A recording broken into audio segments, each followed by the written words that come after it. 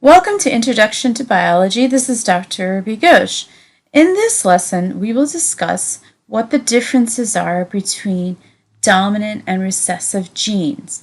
Now, we know that genes are the factors that Mendel was talking about in his experiments. He just didn't know what they were at that time.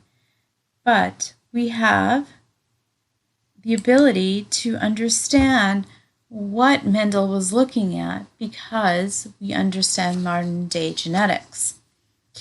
So in this lecture, we're going to understand the differences between dominant and recessive traits, understand what diploid means, understand the patterns of inheritance in dominant and recessive traits. Now, humans have 23 pairs of chromosomes. That is because the different chromosomes come in pairs. So here you can see there's one pair here, and then there's one pair here, etc. And we humans have 23 pairs of chromosomes. Each of these pairs of chromosomes or sets of chromosomes has one chromosome that comes from the mother, say, and another one from the parent. So each chromosome set comes from each parent, one from, say, the mom and one from the dad. So when humans or any other kind of organisms has two sets of chromosomes, they are referred to as what we call diploid. That means that one comes from the mom, one comes from the dad, and there's two sets of chromosomes for each chromosome. Each organism has a different number of chromosomes. We humans have 23, other animals have 15 or 30, and each organism is determined by the kinds of genes, the number of genes, and the number of genes that work together. So what is a gene? A gene is a functional unit of DNA that specifies a certain trait. And each gene is given by a parent, one from the mom and one from the dad, work together to give the expression of that trait.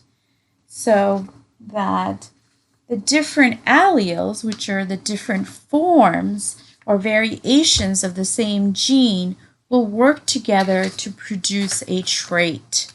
So each chromosome, say this is from the mom, say this is from the dad, work in homologous pairs, and that is a homolog is defined as the members of the homologous pair.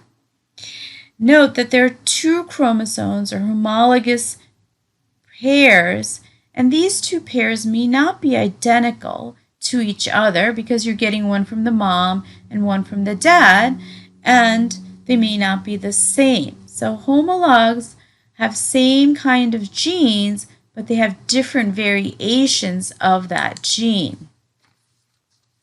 So for example, in this slide, the individual can have a combination of genes. So for example, if you're looking at eye color, an allele for blue eye, an allele for brown eye.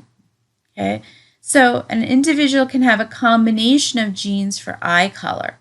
Here is an individual has one gene that encodes a blue color and one encodes a brown color right here. So the blue color is thought to be recessive and the brown color is thought to be dominant. So we'll get into what recessive and dominant is in a minute, but just to go along with the heterozygous versus homozygous. Now, when an individual has the same kind of gene in both the parents' donation, so here is a brown color eye and another brown color eye, they're called homozygous. If both the genes are dominant, as in this case, because the brown eye is dominant, then they're called homozygous dominant. Now, if both the pairs of genes are recessive, then they're called homozygous recessive. Recessive because they're both blue, and homozygous because of the fact that they're the same color. So homozygous means the set of genes are the same. It could be either dominant or it could be recessive. Now, dominant genes are those which are expressed in both the homozygous form as well as the heterozygous form. So dominant genes are always expressed. If you have them, you're going to express them. On the other hand, recessive genes are those which are only expressed when present in the homozygous form. So for example, in going back to our purple and white flowers, a big P, or little p, little p here, these are both homozygous forms. Now, if you have a big P, little p, that's a heterozygous forms, and they're two different genes, but you will only express the dominant form of that gene. So dominant means that if you have that gene, for example, the gene for the purple color flower, that gene will be expressed.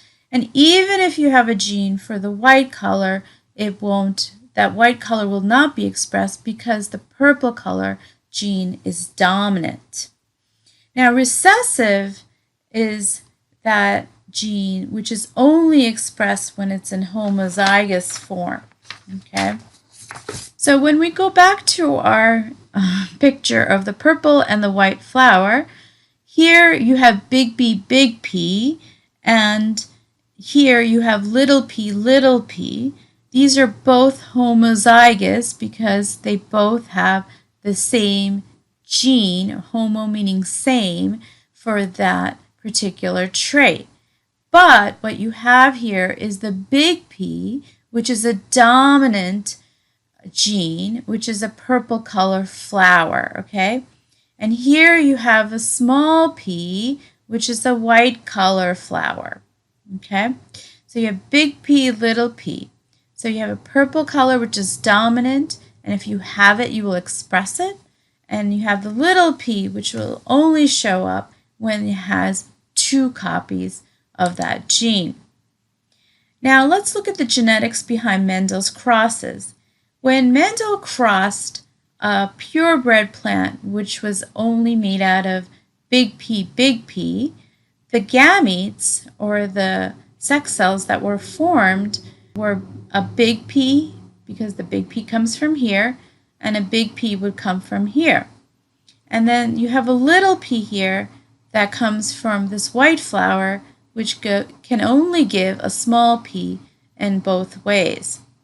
So when you cross these two together, the offspring were all big P, little p. And so since the big P is the dominant gene, you would have only purple colored flowers. So the dominant allele was being expressed, and even though there was a recessive small p white flower gene there, it wasn't being expressed.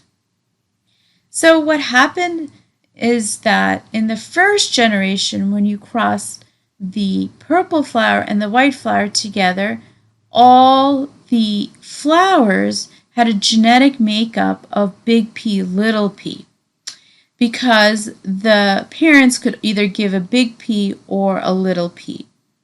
Now, when you took the purple flowers from this generation, and since their genetic makeup was a big P, little p, the only offspring they could give would be a big P, little p, so that you could have a combination of these genes occurring.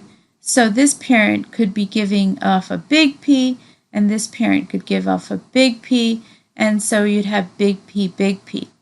And then here you have a big P and a little p, and so that heterozygous combination can happen.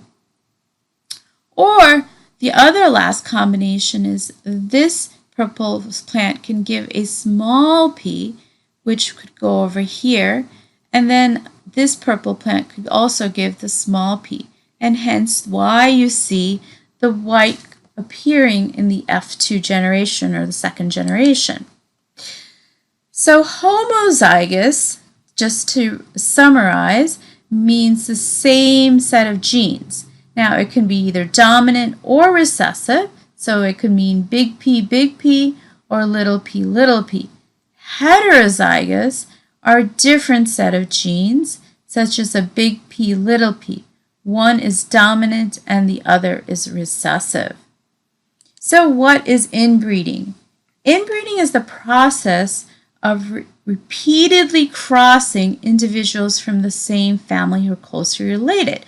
You see this in horse breeding a lot, so that you want to get the fastest horse, for example, or you want to get a certain coat color in a horse or a certain muscle tone or something like that. And so horses are inbred with each other so that one will cross with another, and you will have horses that have the same genetic makeup. And then these horses that are on this generation, the F1 generation, will be crossed again to make the F2 generation. And so what are purebred lines? Purebred lines are obtained from inbreeding individuals over several generations, so that you don't have the mixture of dominant and recessive, and you just have predominantly one trait. So conclusions from the hybrid cross is Mendel found that heredity is particulate, and that each true breeding plant carries 2 heredity particles for each trait, and these particles come apart during the gamete formation, or when the sex cells form, such that each parent, the mom and the dad, passes only one particle and the other pair to each of their gametes. So this heredity of particles what happens is they recombine randomly during fertilization to produce offspring.